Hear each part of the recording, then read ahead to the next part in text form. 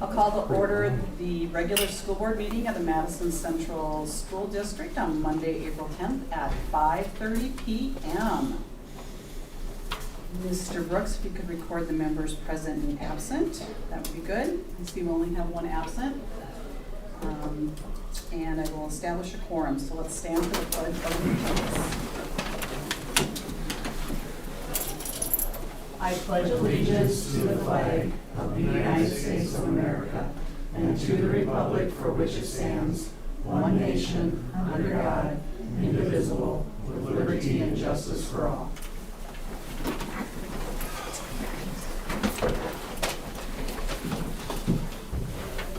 All right. You've all had a chance to review the agenda. May I have a motion to go ahead and approve that? Okay, Rich, is there a second? Second. Okay, Jordan, second. Any discussion on the agenda or anything? Okay, motion on the floor to go ahead and approve the agenda as written. All those in favor, please vote by saying aye. Aye. Those opposed, same sign. Motion carries.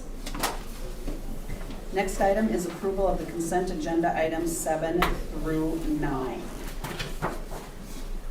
May I have a motion to go ahead and approve those items? Okay, Rich? I'll second. Okay, and Rob? Any discussion or the need to pull any of those out for further discussion? Okay, hearing none. All those in favor of the motion on the floor to approve the consent agenda items 7 through 9, please vote by stating aye. Aye. Those opposed, same sign. Motion carries. Mr. Brooks, you see that Kirsty came in? Okay. All right. Next item on the agenda is number 10, hearing of delegations and written communications. Anybody here for that at this time? Okay. We will go ahead and move on to the administrator report. I believe he has somebody that's going to talk to us straight up. Yep. All right. Invite the CTE You group ready for the in, crowd? and Yes. they're going to present tonight. Okay, I'm Lori Christensen. I'm the CT kind of coordinator. So we applied for and received a grant this winter for about $5,700 to buy things to kind of enhance recruitment for our programs. We got some banners you maybe have seen in the halls. We got uniforms. We got lots of different things to try and just increase our membership. So I asked all of the advisors to supply a couple people from each of their clubs to come in and speak. So we have 5 different clubs here to just give a brief update on what they've done this year for you guys. So HOSA is going to start first. So go ahead. Hi guys, we are here to represent the Madison HOSA. It's the Future Health Professionals Organization. We currently have 27 members and we are in our 2nd year that since we've had this organization at Madison High School. I'm Ashley Strum. I'm the current president of our chapter. So my name is Amanda Canty and I'm a reporter. And some activities that we participated in was we attended the Scrubs Camp at Mitchell Tech, and then Health Occupations Day at USD, and then we visited the Cadaver Lab and toured some cases. And then Career Day at Sanford Hospital, Officer Training in Huron, and Scrubs Camp in Madison next week. So for our state conference, it was last week on March 30th. It got cut a day short due to the weather, so we missed out on our awards day, which is very sad because we did very well. So everyone does like 2 to 3 contests. So some of the contests are just like a test, online test only, and then some of them it's an online test, and then top 12 to 20 qualified to compete at the state, and then they present skills to judges at state. So we had 20 members of 10 and 12 qualified for the state competition, and 11 placed in the top 10. I competed in nursing assisting, and I qualified for state, and so I did skills at state, and I placed 10th at state, and then I competed in nutrition, and I placed 8th. So then I did dental science, and then I made it to state and got 9th performing. And then one of our members, Kate Johnson, qualified for the International Leadership Conference in Dallas by placing 3rd in dental terminology, and then first she won the pharmacy science group. So that was super exciting. That is super exciting. That's all we have for you. All right. Thank you. All right. Thank you. Thank you. Thank you. Coming in next. FCCLA will come in next here. Hello, My name is Cameron Pierce. I'm Zuleika Morales, current Region 5 Secretary and our chapter secretary. Yes. I was the former state secretary and the current chapter treasurer. FCCLA stands for Family, Career, and Community Leaders of America, and our goal is to teach kids how to be leaders within their homes and communities.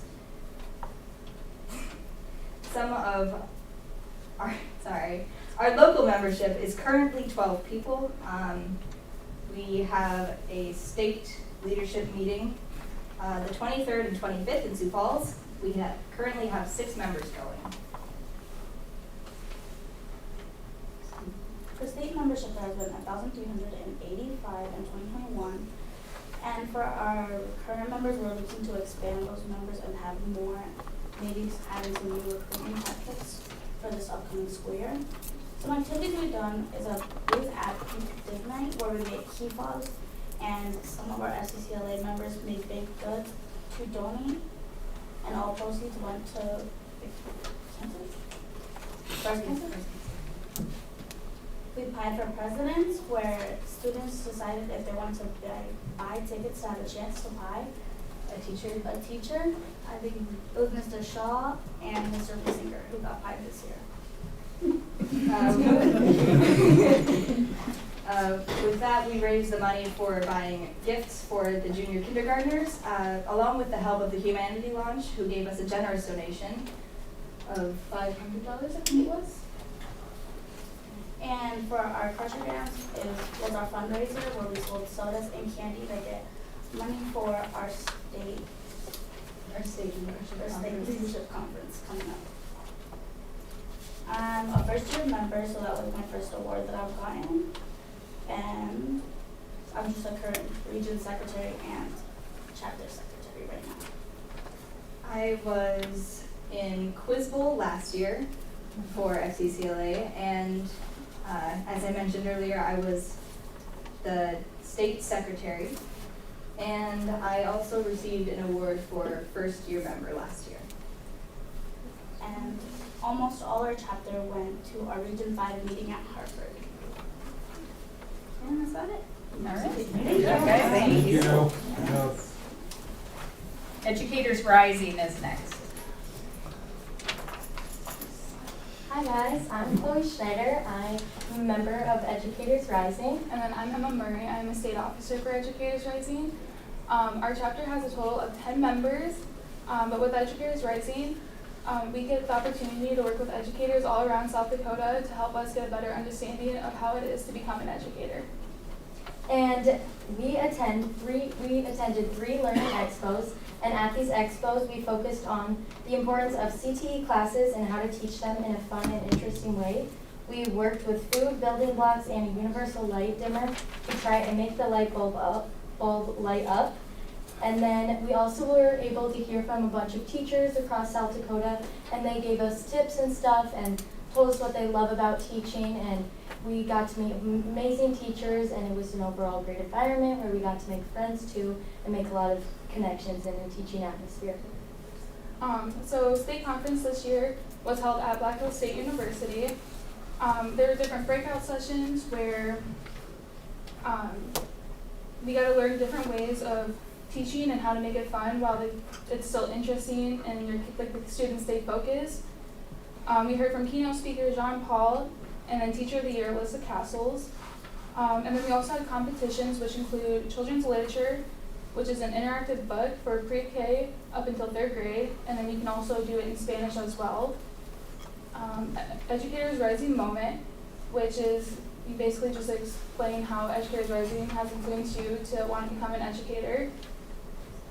Lesson plan and delivery, which you can do it over the arts, CTE, humanities, and then STEM classes. Interactive bulletin board, which is a visual way of teaching. Ethical dilemma, which is where you would explain how you would solve a problem in the classroom. We had 15 people who won awards for these competitions, and they will move on to compete at nationals in June. Wow. Yes. So, one question, how many people would you say statewide were at the convention? There were a little under 200 people. Okay, Yep. all right, that's great. Mm-hmm. Yes. Thank you, guys. Thank All you. right, Thank you. FBLA is next. Hello, Hello. I am Megan Schoenberg. I'm Caitlin Schoenberg. I'm Lindsay Allen. I'm Max Bruns. I'm Adam Suter. We are all a part of FBLA. This past week we just got done with state conference, had some success there. And we also did a few more activities throughout the year, and these guys are going to talk about them. So starting off last November, we had a fall convention that was down in Mitchell. So for the fall convention, we went down there. It was more of a meet and greet than a competition. Met people from all different schools around the state. That was a nice deal. And I'll carry it on to Max. So in November we had fall formal, and it's like our main form of revenue to the FBLA. We worked on like setting it all up and decorating and taking it all down. It was a pretty good turnout. So. Last week we attended the state leadership conference up in Aberdeen and kind of just connected with more people and did our events, competitions where we took tests here at school, and then we did interviews for some of them as well. And we had some success with that. Megan Ainsley and I got 3rd in banking and financial systems, and Elijah Sims got 5th in health administrations, and Raina Ventura and Shelby Menace got 5th in international business. And others placed a little lower, but 5th and above all got medals and certificates. So we had a lot of fun at the state conference. We learned a lot. We went to a few workshops. There were some fun ones as well, like line dancing, so that kept it entertaining. The snow cut it short for us, but we still had a good time up there. So I think that's all we have. Do you guys have anything else? How many members are there with our school? 12. 12. Yes. Thanks, guys. Thank you. Thank you. One more, FFA is the last group here. Hi, I'm Kate Klein. I'm the Madison Central FFA president. I'm Kate Klein. I'm the Madison Central FFA parliamentarian. And for FFA, what our group does is we focus mainly on the agricultural industry within the high school. And we go into a lot of different events, such as our CDEs, which is career development events in the spring. We also have this thing called LEs, which is in the fall. Those are for leadership development events, and those are just competitions that our members can go to and focus on leadership or career development parts of their high school career. And we also do this thing called Egg in the Classroom, which is where we go and talk to second graders at our elementary school here and local schools such as St. Thomas, Rutland, and Oldham, Ramona. And then we just go and talk to them about agriculture and kind of get them thinking about where their food comes from and how they are involved in agriculture. We also do this thing called SOFI, which stands for Save Our Farm Youth. We do that down at the 4-H grounds with the 3rd graders in the surrounding schools. And we teach them all about how to be safe on the farm and stuff like that, around animals and around equipment and stuff like that. And so with FFA, we are a affiliated association, which means that if you're in an ag class, you are automatically in FFA, but you don't have to be active. And so total we have 120, but then active members we have 50. So. And at our state leadership development event competition in Pierre, we had Vivian Johnson, who is a freshman. She received 2nd for Creed Speaking at state. And we also had Nick Hafferman, who is a senior, get 7th at in Prepared Public Speaking. And we haven't had our career development state competition yet. That is next weekend, but we've had many members get top 10 at our local competitions. So we got some. Thank you guys for your time. Awesome. Thank you. Thank you. So that's pretty much all we have, yeah. So I just wanted to we haven't brought the CTE in to talk to the board in many, many years. So that's why I just wanted to do that real briefly, and especially when we got that grant this year to kind of promote our chapters and stuff, we wanted to kind of do a little bit more outreach and share kind of what we do. So And do you want me to talk about conference real quick? Or? Go ahead. We are hosting the CTE Teachers Conference in Madison this year. It rotates around, but this is the first time it will ever be here at DSU. And usually there's between 275 and 300 CTE teachers that attend that every summer, so it's a pretty big conference. And it is, I believe, July 22nd to the 25th. So like it starts on Sunday, it goes through Wednesday. Christy Olson and I are on the board of directors that is planning it, and Adam's a liaison for us, kind of just as the administrator here in the district. He's also a member of SDA CTE as well, so just something to look forward to. If you haven't been contacted, like I don't know if you've been contacted yet for tours and stuff, like they're going to want to get in touch with community members and kind of, you know, mesh with our CTE teachers. So. The big event for the community. So, well, thank you for letting us take your time. We're done, so you guys can hopefully get out and enjoy some of the rest of the night. So. Thank you very Thank much, you. Lori. Thank you. That's awesome. Thank you for organizing that. That was They did all the work. very informative. Yeah. I'll just touch on a couple things. Department of Health, Department of Ed came out with free air purifiers. So I contacted some folks out here, and I said, because it didn't have a limit on what you can get. Oh, is this going to And be the then he Lysol? said, well, so how many can we have? He didn't really want to give me a number, but he sort of said, with your enrollment, it's probably this number, this number, this number. There's a small, medium, and a large. So I patted them all a little bit, just in case we get them all, and I had an order today that, at least right now, the number I put in we got, and they are free, even though I got a $152,000 billing today. They are free from the Department of Health, and they will be, there's a medium, large, and then for extra large rooms, additional air purifiers, along with filters for 2 to 3 years. However, we were informed after that time we'd have to buy our own filters, which I think we're okay with that. So we'll see when they come. The email went in on the 24th. I got confirmation today that they have been ordered.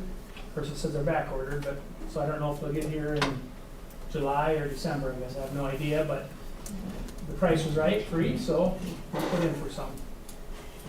I also wanted to touch a little bit, that's why I asked the principals to be here tonight, to talk a little bit about the social studies standards that are going to be proposed. They'll meet on April 17th. As you've probably seen, there have been a lot of opposition to the standards, and if you look at them very close, especially in the lower elementary grades, you just feel there's a lot of things that aren't age appropriate, I guess is the easiest way to say it. And the process that was used, the original process that we've always used, sort of got thrown by the wayside. New process came in, which was strictly, here's what they're going to be. It was handed down from a college. College doesn't have the education department, just for the record, but that's beside the point. So there's been a lot of opposition to them. However, the South Dakota Board of Ed has the final vote on it. 7 members on that board, and they get to vote. It goes from a 44-page standards we currently have to 178 pages, and time consuming. So I'm going to turn it over to the principals to give some input on their thoughts as well. I know where I stand. I know where the South Dakota School Superintendents Association will be standing here in the next day or two, and then you'll see the information. But I'll turn it over to you. Want to kick us off, Ms. Kuzi? Sure. I've thought about these standards long and hard. So I guess my first question is, do you guys know what the difference between a hippo and a zippo is? Zippo's a lighter. Well, a hippo is a 2-ton animal, and a zippo's a little lighter. Wow. Maybe I should have started with just the The reason I started with that is because we're responsible for educating the whole child, which causes us to look at the development of the whole child, what a student is able to know and be able to learn, versus a list of facts we'd like them to memorize and repeat. So a 2nd and 3rd grader, a developmental milestone in their language is we can learn vocabulary through writing. We can use words to talk through problems both socially and academically, because we have to address this as the whole problem, the whole child. We can start playing with words to make puns, understanding jokes and riddles. And we can test out bad words for shock value. So as you think about the whole child, when you're giving our ability to, understand jokes versus, just tell, the kindergarten and first grade are telling us knock-knock jokes that don't make any sense, right? Why the chicken cross the road?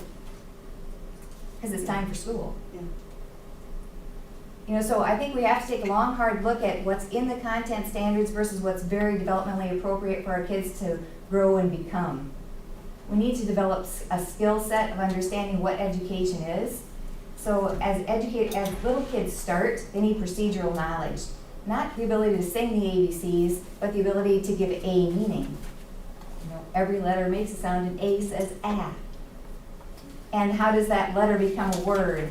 How does that word become a sentence? How do we start using sentences to express what we know and are able to learn, what we need, what we understand, what we don't understand? And so that's how your language develops. The same is true of math. Numbers don't mean a lot even if we can count to 100 if we can't give one-to-one correspondence. So our time in the elementary should be spent giving meaning to the things we have to learn. A very common thing to say is first we learn to read, then we read to learn. The same is true of math. And if we take that time, certainly our kids are brighter than average, and we could create a long list of things to memorize. But more important than knowing where Polynesia is knowing where my place is in the world. As a 5, 6, 7, 8, 9, 10-year-old, ask your kids what their address is. Ask them where that address is, period. What town do you live in? What's a town? Where is your town in a county? Is your county in a state? Now, how we address those standards, and something I'm concerned about is when we give a long list of facts we should memorize, it's not that I'm opposed to those facts, it's that we give up the control of education as a science. And science, we should be responsive to our kids. We should be looking at what they know and are able to do, basing it on our own assessments and adjusting their education from there. This is the Madison Elementary today. If you've had kids go through the elementary, if you've listened to my emails and posts and things like that, that's the inaugural flag raising, because the fourth graders did their little legislative unit, which in the proposed standards would not be a fourth grade standards. South Dakota history would not be addressed in the elementary. But our fourth graders went through South Dakota history, and not only history, but where we are in South Dakota. And as they do every year with state and local government, they wrote bills to their governor, which, yeah, that's me. That's also the beauty of the elementary. And a lot of times they propose things like, we need more PE. We should have ice cream every day. This year's fourth graders proposed that the South Dakota state flag should be flown with the United States flag in front of the elementary. Really? Yes. That's impressive. So I sent that to our representatives, that's Senator Crabtree and Representative Reich with us, who donated those state flags. They came out today, and like we do every day at the start of the day, the elementary recited the Pledge of Allegiance and the South Dakota flag salute.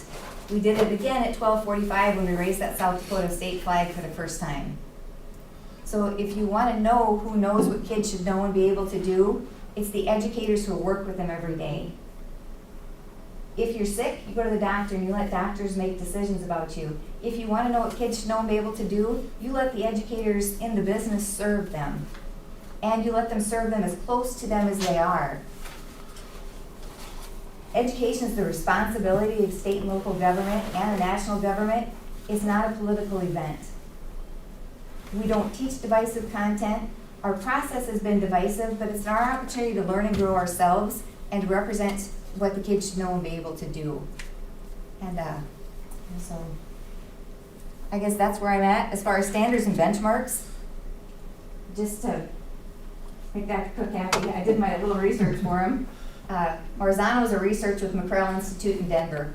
In 2008, he did a study of this, what it would take, how many hours it would take to teach the standards and benchmarks that were presented in 13 years at that time. In 2008, K-12 education needed 13,114 hours. Hours available to us in 2008 were 9,042 hours. We haven't gotten more time, so we have to be very selective to pick the most powerful standards and benchmarks that give our kids their best opportunity to learn. The other thing I would really reiterate is skill development's it's not only appropriate, it's needed, and we need high-level learners who are informed consumers, because we're now generating more information every day than we did every decade 5 years ago. So I mean, it's pretty hard for them to put out a list of things that we should memorize when tomorrow that list could be 4 times longer. And again, our responsibility as educators to make sure that we're developmentally appropriate based on milestones that are developmental to ages of kids. Whether you're birth to 5, 5 to 8, whether you're learning how to make a joke or understanding jokes. So happy to take any questions. I'm going to stop because I go a long time. But I mean, I think we're fortunate in Madison to have some very passionate and talented educators, and I hope they have the opportunity to really determine what our kids need to know and be able to do. State standards are important. They provide an opportunity for kids to move across the state. Mobility is high, but we need to be very selective in what they are. So have the teachers looked at these standards that you're aware of? Absolutely. And do you have any information on that, their consensus? My teachers in the elementary are very concerned about the amount of standards, and quite honestly, the other thing I'm going to talk about is when we talk about what's in those standards, there's a lot in those standards. There's a lot missing from those standards, like South Dakota history, like ag in the classroom. That's our local economy, and social studies is more than just history. It should be your economy, your geography, your social emotional development, your place in the world. And that place in the world starts where you are.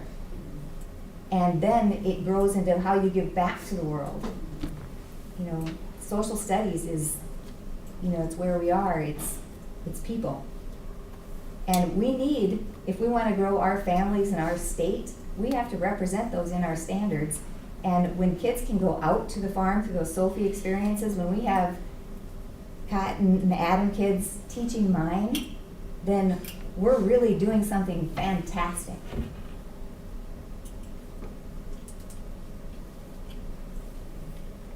So in fairness, though, some of the standards you mentioned do move up. I mean, this flag waving thing, flag ceremony thing becomes an 8th grade standard now. South Dakota history kind of moves in there. It is, but it's all very low level. It's all very explain this or tell that. Very low on the web level, if you will, or Bloom's taxonomy. There's not a lot of deep stuff. It's several book reports, those kinds of things. But ultimately, for the middle school, 6th grade kind of becomes a world religious course, if you will. I mean, I don't know if are we ready to, are we ready to teach some of these things? I don't know. Are we ready to accept, for example, a standard student explain the major ideas and events surrounding the life of Jesus of Nazareth? I mean, are we ready to take that on? There's a lot of these that this is a thing that they will teach. Now, if you find the right person, I'm sure in world religions that's talked about. It's just a avenue, but you can see where clearly some of these things could go really take a wrong turn if things aren't as one person may view it over another person. So a lot of things get into different kinds of Judaism, Christian, Islamic versus polytheisms and the Roman gods, and kids in 6th grade are starting to figure out what that's all about. And that to me seems pretty hard. Socrates, Plato, and Aristotle, it's good stuff. I mean, I just don't know, how deep you're going to get into that with a 6th grade mind. Some of you have 6th graders, you kind of get the idea what I'm saying here, a little bit.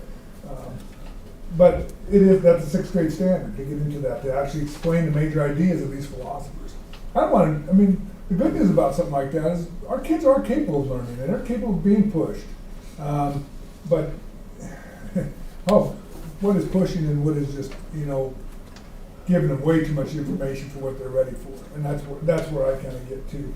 So the sixth grade standards in my mind are the ones that are by far and away the most difficult for our building to make. And it kind of jumps all over the place too, so finding appropriate resources could be very unique. And certainly, I don't know that any of my teachers that I have teach social studies, we get to middle school, we're middle school, we're still very much elementary trained for the most part. So a lot of my folks are a reading teacher that pick up a section of social studies. They're not social studies trained teachers. And so this is gonna be a real difficult switch in that fashion. 7th and 8th grade, they're a little bit more along the same lines. 8th grade gets past, right now we only teach up to the Civil War. Now we're gonna get way beyond that. We're gonna get into FDR and Ronald Reagan and book studies. A lot of these are book studies. They're just doing book reports basically on these folks. The first graders are gonna tell the story of the Punic Wars. Yes, Yeah. important stuff. Kind of like the 6th graders will be talking about the warts of something. I had to look that one up. I'm a history teacher and I hadn't heard that one, but. So I don't know. Do I want them to know these things? I think they do. I recall one of my last years of teaching, computers would just come in. This is partly why I remember we could put grades in the grade book and you could remember, you could see how your class did as a whole. And we took a test on the 3 branches of government. And I looked at the classes and how they did. They just did terrible. It was right before Christmas break.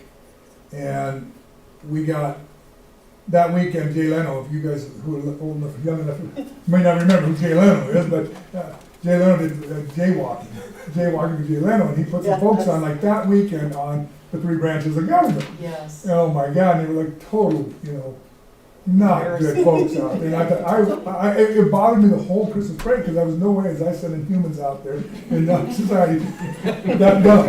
Okay? And it bothered me.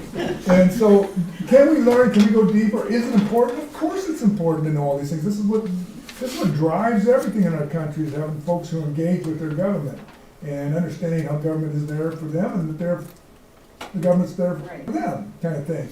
So. But it gets pretty factual, just lots of low-grade facts. And I don't know that that's good for kids either. And there's some things there I'm not sure why it's important to know a certain bridge in Michigan. I mean, it's a neat bridge, I've been to it, but I don't know why that's an important thing for kids to know, except that it comes out of Michigan. So,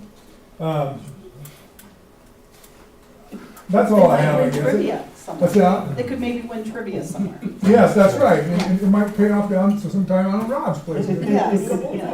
But it might be beneficial to know where the 4 dams in South Dakota are. Yes. Sure. And the purpose of a dam. Yes. Yes. The purpose of it. And how our economy is, in huge need of energy and what that means across the board. Yeah, I think that's a lot of truth to it. I'll come back to what Janelle said, and we had good folks develop some really good standards before these came out. And one of them was my daughter, who was a Brookings High School teacher, and then she worked for NEA out at the legislature. She's a very dedicated social studies teacher. Betsy Shambert, a very dedicated and smart teacher, were on those committees and did a lot of good things. Where the division still was divisive, they still fought over these things very hard. And to get that stuff thrown out by people who are very, very intellectually sound and provide some really good standards, it really hurt our teachers as a whole across the state. And I guess that to me bothers me, that it's not being driven by them. Right. Can you guys, excuse my ignorance, why are they being why are the new proposed studies right now, our social study standards? Is there a cycle that we have, like a new standard are put out every 5 years, every 10 years? Yeah, I think they're every 7. Standards are reviewed every 7 years, and they're also reviewed nationally every 7 years, for a number of reasons. Number one reason being the speed at which new content and information is being created. So we want to consistently make sure we're understanding what kids need to know and be able to do to be successful in their world, to be critical consumers of the information that's out there, and to be able to use different parts, different tools. And if you take ChatGPT, that tool is pretty cool, but it's only as good as your knowledge base is. Otherwise, it can tell you whatever it wants. You have to understand the information behind it. So you need to be able to read to learn, So before you can do that, you have to have a good understanding of procedural knowledge, the hows, what's a number, how do numbers go together, why is multiplication repeated addition? So they have to consistently look at those things and look at the science behind it. What are our assessments saying? Are kids understanding what we need to know and be able to do? Are we approaching it with real rich, intentional ways of teaching and learning? Government stepped in here, that's kind of what it is. Nobody cares about Finland, I'm sure, but there's 5 million folks in Finland, they're roughly, all homogeneous. But one thing Finland has done has been, over the years, have been number 1 in the world in education. Their scores have been, and one of the things that Finland did 25 or 30 years ago is kick the government out. No matter who the next prime minister or president is, they can never touch the education piece. That stays consistent all the time, based on a group of educators who's on that. No matter who the next person is, they can't change the movement of that. There's a reason why that works, that they keep that consistency. I'm not saying that, I'm just saying that's what's occurred here, though. If the government has stepped in and will teach what they tell us, I suppose, in this case, it's not, I don't think it's so bad, it's not me worth losing my job over or anything, or giving my job up, but it's worth fighting get back to the normal way. Especially at the elementary level. I mean, in reviewing these, I'm looking at some of the things that the elementary is being expected to teach, and I'm like,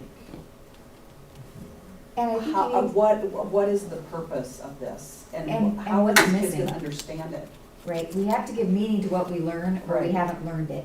Right. We have to be able to build it, synthesize it, evaluate it, or it doesn't have meaning, and then we haven't learned it. Right. Right. So if we're asked to memorize, certainly, we've all had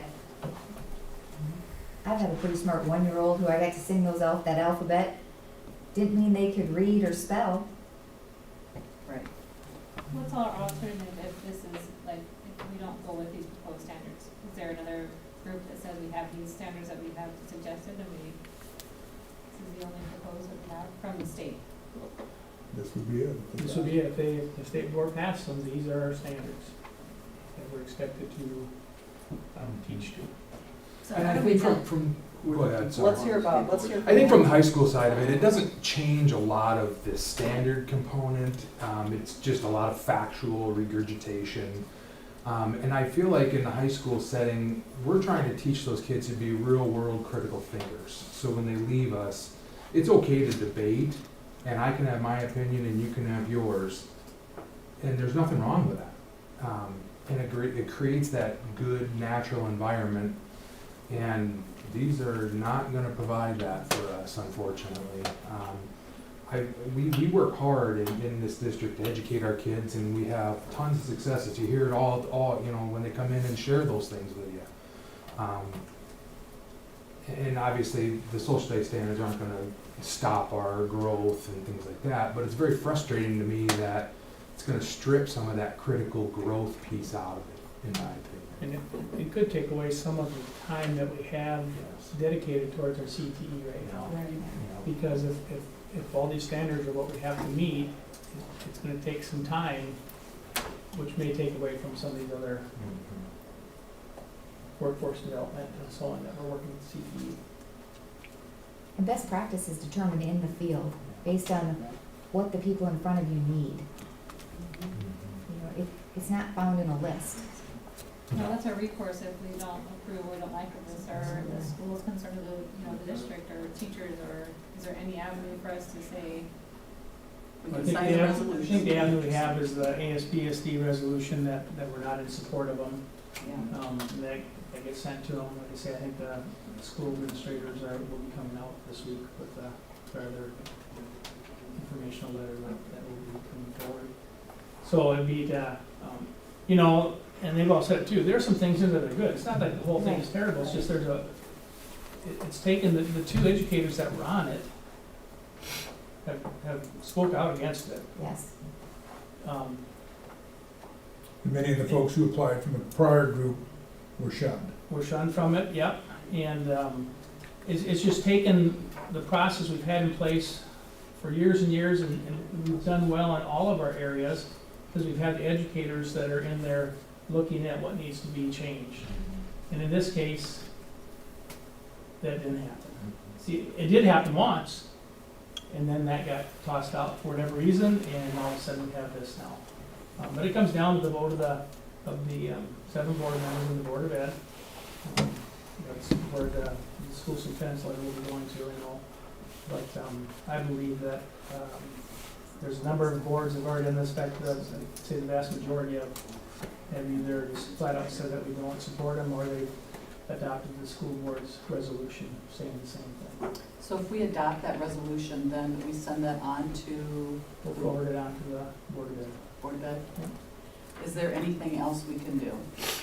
I mean, You can sign up to speak at it and so on. Most of those, in fact, I'm not sure when that may have closed already now. It's one of these days that might have closed.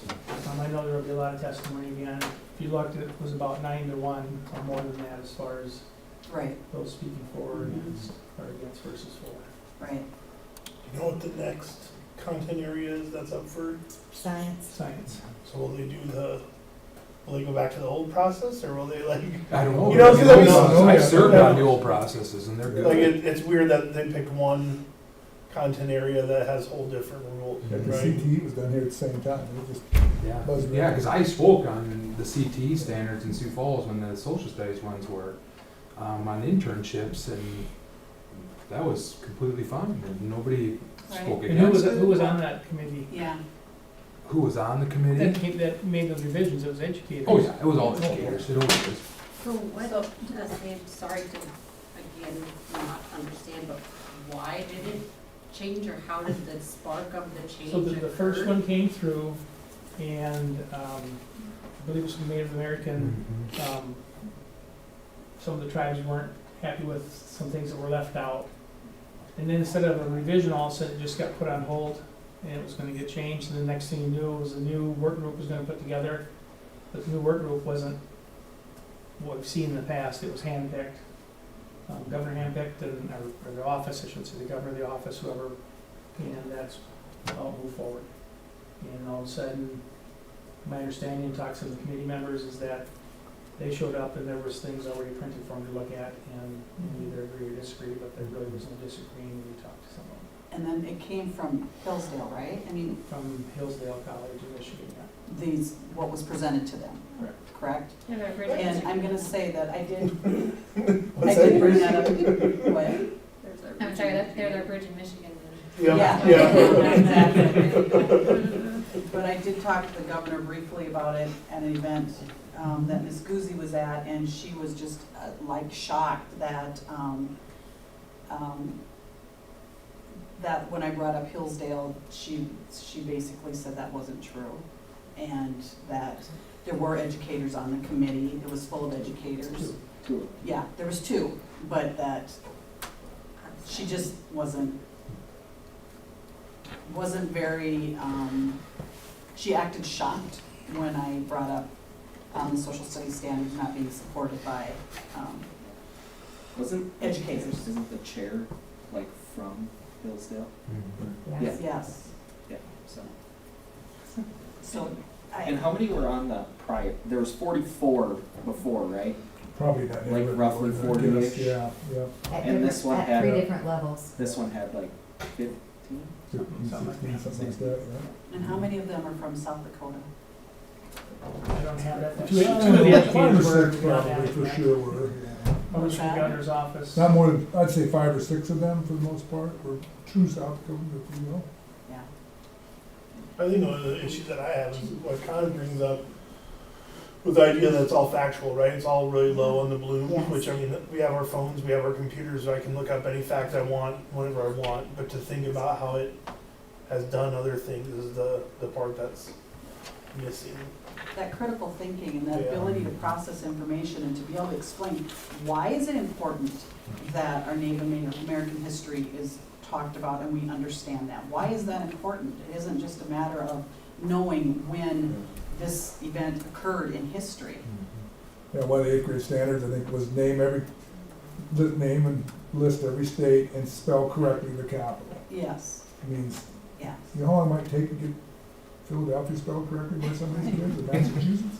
I mean, is it really necessary to know it's still My Massachusetts? kids, in the elementary, they learn that amazing song about the Capitol. That's right. I mean, they Just sing it. they can just recite that, Yes, right? can we go learn deeper about Yes, Massachusetts yeah. and its importance to the world versus, Right. So I memorized the Gettysburg Address. yeah. Can you recite it today? It's okay, oh yeah, Oh. but I still don't understand it all. Right. Well, So, I mean, developmental appropriateness and language acquisition, though, is critical in my eyes. As second grader, the student explains laws concerning child labor, workplace safety regulations, and food regulation. As a second grader? I As a can't even second do grader. that, and I work in that field. You know, and even, I mean, what they need to be learning is how to self-regulate and to apply themselves to manage time and to say, we've been at small group, we learned together, we learned as a group, now we'll learn independently, and to give that content back. You know, to self-regulate, to understand the rules of our community, to understand the rules of, you know, crossing at the crosswalk is important because it's a law in our community and it's a safety, it keeps our community safe. That's important, and that grows into understanding government. Yeah, they just need to come do bus duty out here one night and try to figure out where a kid lives. I mean, honestly, they don't know, so when Janelle says that, they need to learn place No. first, Yes. location. That's so, it's so important that, I mean, they might just point, you know, Yeah, or where am my I house, in the my world? house, well, they need to know those little things that they're ready to learn, like what is maybe their address, what is the town that they live in? and I would say in all my years in education, there's never been a review of the standards that's got as much upsetness and trying to understand why. Usually, the committees meet, they make their changes, it's educators, it makes sense, they move forward. It's usually not a, and this has been nothing but fiasco from day one. And I know it was asked about it, and I wanted to bring principals in on it as well. I know where I stand on it, I don't support them. If they go through, that's a different story, we gotta do what we have to do, but the way they were done and how they were done, I don't agree with. And so I would, if the board is willing, I would recommend that you adopt the Associated School Board's resolution of not supporting it. You know, whether that'll get edited again, I don't know. Whether it'll get passed on the 17th, I don't know. Do we need to have that on our agenda to approve that? Not for a resolution. Not for resolution. What is, okay, so what is the resolution and what are our main points of contention? So, I'll read it for you. Yeah. okay, because, It got sent out to us like Quite a while ago. yeah, 3 months ago or so. so there's, because, you know, people have heard, maybe some more controversial things as well that might be taught, but I haven't heard any of that. Well, it's 178 pages, so there's a lot of different things we can go across. Okay, so but we have like a points of contention that we're expressing in our resolution, so it's not like we're gonna go, oh, we just don't like it. Yeah, no. We're No, going no, no, to no. specify why we don't and what that needs to change. I'll You read, wanna I'll read read it? through it. Yeah. You want, okay? Yes. Resolution for consideration, South Dakota teachers, administrators, and school board members from around the state made clear in public comment and testimony during the State Board of Education standards hearings their serious concerns with the proposed social studies standards from the Social Studies Content Standards Commission. We, the Madison Central School Board, opposed the proposed social studies standards for the following reasons. Whereas the process of revising the social studies standards was done in a manner that did not consult the expertise of South Dakota educators in their development, as has been the practice for decades of standards revision. 2, the proposed social studies standards are not based on educational best practices, but rather are written tasks, not standards. 3, many of the proposed social studies standards are not age appropriate for students, lack depth of knowledge, higher order thinking, and do not address skill development. 4, the proposed standards would require excessive contact hours to teach to students, which would take away time from other curricular subjects. 5, current social studies materials used in schools do not align with the proposed social studies standards, which will result in new materials, teacher training, and resources needing to be purchased at a high cost to schools. Therefore, the Madison Central School Board respectfully asks the State Board of Education standards request The Department of Education reconvened the social studies work group from 2021 with instructions for the work group to revise their draft with consideration of the Social Studies Content Standards Commission's proposal. The goal should be a third proposed set of standards as a compromise between the first two social studies content standards proposals. So, as we talked too, we're not saying that everything in it's bad. There's a lot of good things in it, but there's a lot of things in there that just shouldn't be in there, we don't believe. And that's why this was put together by the Associated School Boards a couple months ago. Majority of schools have adopted this. And it points out those things that we feel were inappropriate and wrong with how this was done. So do we sign? We just need a motion and second, and if you wanted to pass that resolution, we would do that. Make a motion to pass resolution. I second. Okay, we have a motion from Kirsty and a second from Rob. Would there be any discussion? You don't have any examples of like the current standards right now, just No, like, I mean, no. yeah, I mean, so I think that's the thing, right? Like, some standards are broad enough that there's one standard where, like, the new ones, there's like, to get to that one, they made 10, right? And that's where the interpretation is, like, where there's a lot. So the board members on the group that is voting for this, do we have their names? Say that again? So the board, this is the 7 members. Do we know who those 7 members are? The Department of Ed. Oh, yeah, Board of Ed, yeah. Yeah. Do I have them memorized off the top of my head? No. I mean, is Is it like the Lisa Beacom people? that a different board? It would be, Like, who is the Steve president? Willard is on there. I think it's somebody, I think that's a This different must be a board. different board. Okay. Steve Willard is an educator. Gary, or not Gary, Terry Nichols. Terry Nebelsack, who's the Oh. 2 educators on there. Becky Guffin was on there, she was just replaced.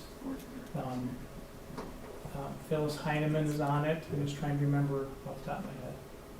Because that would probably be It's a state important board to of know. education. Yeah, It's a because state they are board. the guys that make that final decision. Yep. Yes. So that's who we need to find.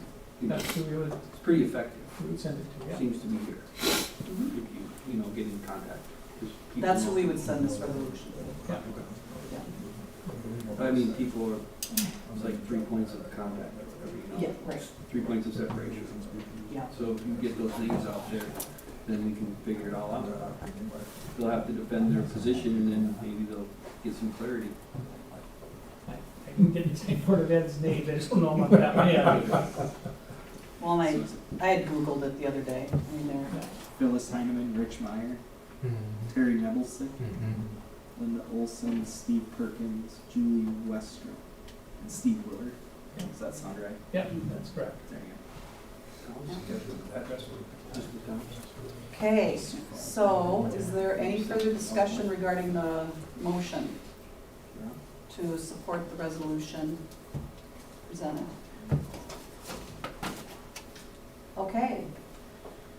All those in favor of the motion to support the resolution read by Mr. Jorgensen, please vote by saying aye. Aye. Those opposed, same sign. Motion carries. Very good.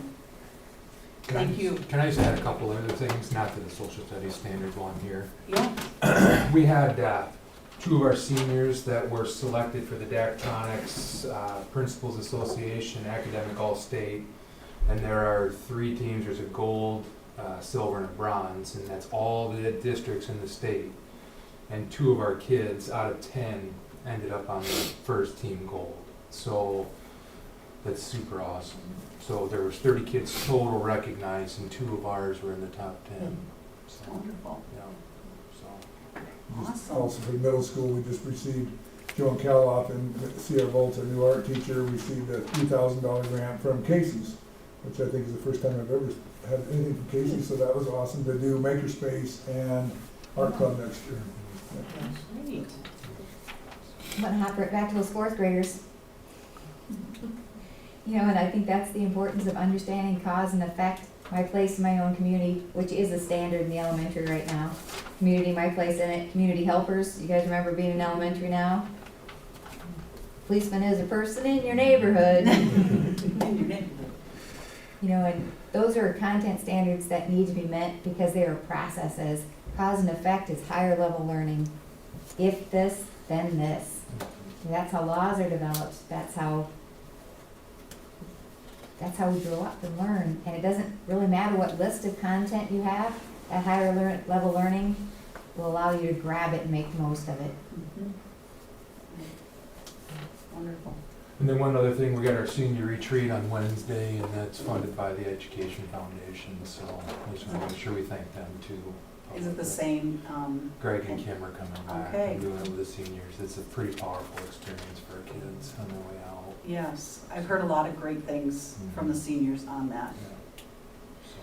Great, that's good. And who gave the grant for that? The foundation. The foundation did, okay. Yes, thank you to them.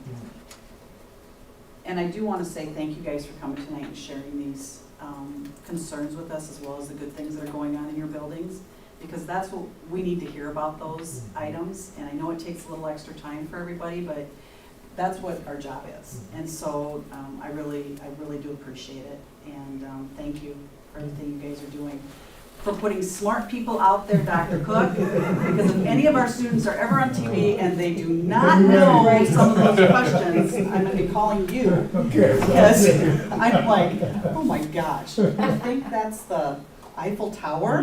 That's the White House, I mean, you know, yeah. They're all from California. Yeah. Thanks for the opportunity to Good share. night, Yeah, thank you. thank you. Have a good night. Yeah, Yeah. you too. So do you have anything more, Mr. Jorgensen? No, just jump to the next one, if that's okay. What's that? We'll just jump to the next one, if that's okay. Okay, would you have anything, Mr.? Did you want me to report on health insurance? Sure, you want to take a couple minutes and do that? We're 6 months into our health insurance plan year. We're a self-insured plan. We hire Wellmark to do our administration and facilitating of our health plan. And then we pay our own claims. We collect our own premiums for that. So we have a committee that's in charge of it. It's typically a 13-member. We currently are sitting with 11. We have one nominated. We're looking for one more. That group, they set like a reserve amount. So our reserve amount is $750,000. That's where we feel we should keep in our accounts. We can meet our needs and then not have to adjust too fast if something changes. The report posts every month on the agenda. Currently, we're sitting with $894,000 and some change in our reserve balance. That's $144,000 above our reserve amount. So far this year, our revenues are exceeding our expenses by $108,000. So we're having a very good year. And we've had years where revenues have exceeded by a few $100,000. We've had years in which expenses have exceeded revenues by a few $100,000. But we've been very fortunate to be a self-funded group. It means we get good premium rates and good coverages for our staff. And a lot of just determined by how healthy our staff is. And we've had a nice long stretch. I think it's been at least 20 years that we've been a self-funded group. And we're relatively small to be self-funded, but that's kind of an update. We're just halfway through the plan year. I'll be around start October 1st and run to September 30th each year. It's just a quick report on where our whole fund is at. All right, thank you. Anybody else have anything? All right, let's go ahead to the next agenda item, which is the facility study RFP update. Mr. Jorgensen. And I know Mr. Brooks got the publications out into the paper. We put up a notice after the last board meeting, taking sealed proposals for district-wide studies. They have till the 19th of April to turn in a proposal. It won't be a final proposal of all the details. It's a proposal of what they'll conduct, how they'll do it, expected costs, that type of thing. And there'll be architectural design, even just study of how we use our current facilities, how our green space is, recommendations to additions if some are needed, and stuff that they come up with from their experience. And so then our description was just overall district-wide review and utilization of current facilities and grounds with emphasis emphasis on improvements to the middle school entrance, parking, bus drop-off zones, and gymnastics facility. And there's, from our retreats and our different things we've done, there's many other things on the list, but that's kind of the emphasis piece, and they'll have to turn into us our qualifications and items like that. And so once we get back on the 19th, we'll probably have a few members, and then a committee that will kind of go through and review and rank and determine which, if any, we then select to go forward with to help us into our next phase of what we complete. So just kind of update where that's at. So we bring it to the May board meeting for the full board to decide what we want to do with that. And I think we've had 5 we've sent out to so far. Good. Well, that's great, a little bit of interest in, okay.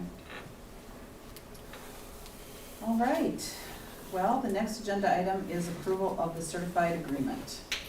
And the main changes in the agreement, well, the main thing I'll talk about is the insurance. Insurance increased $30 a month for each of the next 2 years.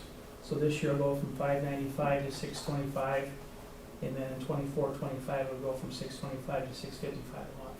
So $30 a month for each year. And then salary increase, so 23-24 returning staff, certified staff will see a salary increase of $3,815. And that's the 7% averaged out. Last year, remember when we got 6% late, we did a 6% on where they were at. This year we did a flat amount. And then for next year, we don't know what the state funding will be, but we set it at 0.5% less than whatever the state funding is, and that'll be on that percentage on their individual salaries. Negotiations went well from both sides.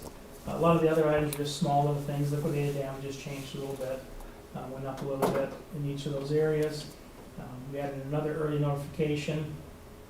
Instead of, in February, they notify us there's an incentive or a stipend, and now they can also do it by March 1st. A lot of the other things were small things. We did change the number of sick leave they could use for family to 15 from 10. But overall, the negotiators want to speak on it. I thought it went very well, and it's a great package for our staff. Extra duty stipends went up 5% on whatever their duty was in the stipend. Do you want to share the longevity, what we try to do there? Longevity, we also added that if they've completed 9 years, consecutive years at Madison Central. So right now, staff, when the year starts, to get 1 paid day of personal and 3 days of personal at a sub-deduct. If they put in 9 years at Madison Central for longevity incentive, they will start the year off with 2 paid days and then 2 at sub-deduct. And that's not just for that year, it's every year moving forward after they put in 9 years at Madison Central. So it's incentive, a reward, longevity for those that have been here. So as staff get to that 9th year, if we put the 9th year in, they'll go from 1 paid and 3 at sub-deduct to 2 paid and 2 at sub-deduct. So. And then you also proposed that military call-up and return. Right, we did have military call-up and return. We've had that in the past where we've had situations where it could be a staff member's spouse or it could be a staff member's child that's being called up to military service. And so we added, if you're called up for the ceremony to be sent off, we will allow that day is given. It's not deducted from anywhere. And same thing upon the return, same difference. And so it's an immediate family. And then we also added into that if you were in one of the military branches, could be the guards, for example, and you're out of it, and your unit gets called up within 3 years of you being active, you can also go there to support your unit that's being called up. And same thing when they return. So I just think it's the right thing to do. So, and they also thought that was a nice addition to the contract.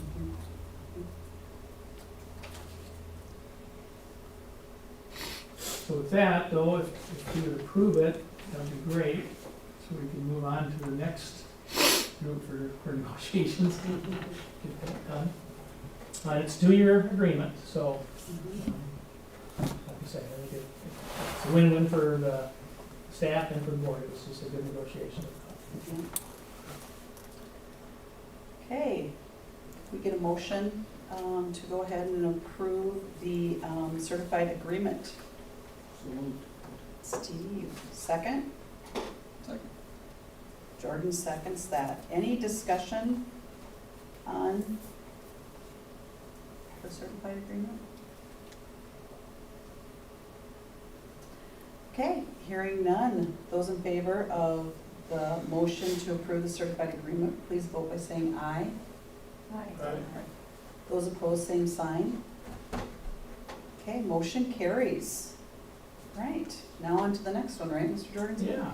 Okay, authorized membership in the South Dakota High School Activities Association for 23-24.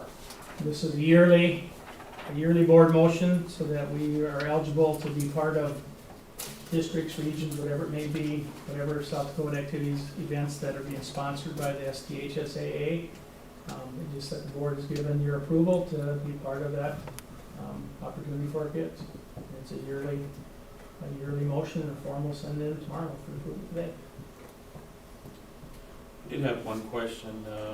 I was asked if we're going away from districts and regions, and I just said I had no idea what I would ask. Well, yes and no. Districts really don't exist for the most part any more than other regions. So you match up against your region in most of the activities. And then when it gets down to the final two, then it's the SODAC 16 now. Now in track, there's still been a region, but that may go away only from the fact that it used to be at the region track meet, the top 2 qualified automatically. They've moved now towards the top 24 qualifiers throughout the year. So the region track meet really doesn't carry any weight anymore, other than it could be another meet to qualify, to get into that top 24. So districts as we used to know them really don't, I'm trying to think of any of our activities that we really have districts anymore. They're all pretty much in regions now. Football's a region, volleyball, basketball, they've all gone to regions, whereas before you had your 2 districts.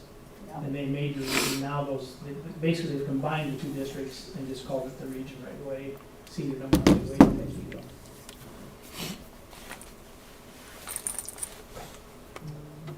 Okay, can I go ahead and get a motion to authorize membership into the South Dakota High School Activity Association? I'll second. Okay, Rich and Rob, any discussion on that or questions? Does that cost us anything to be a board member? Each sport has a fee, it's usually $35 to $55. Very minimal. Yeah. Yeah, for what we. They generate a lot of theirs off when we host the regions Right. and stuff, they get a portion of that to run their office, so. Right. All right. All those in favor of the motion on the floor, please vote by saying aye. Aye. Those opposed, same sign. Motion carries. Okay, now time to go ahead and go into executive session for, in accordance with SCCL 125-2, Section 4, to prepare for negotiations.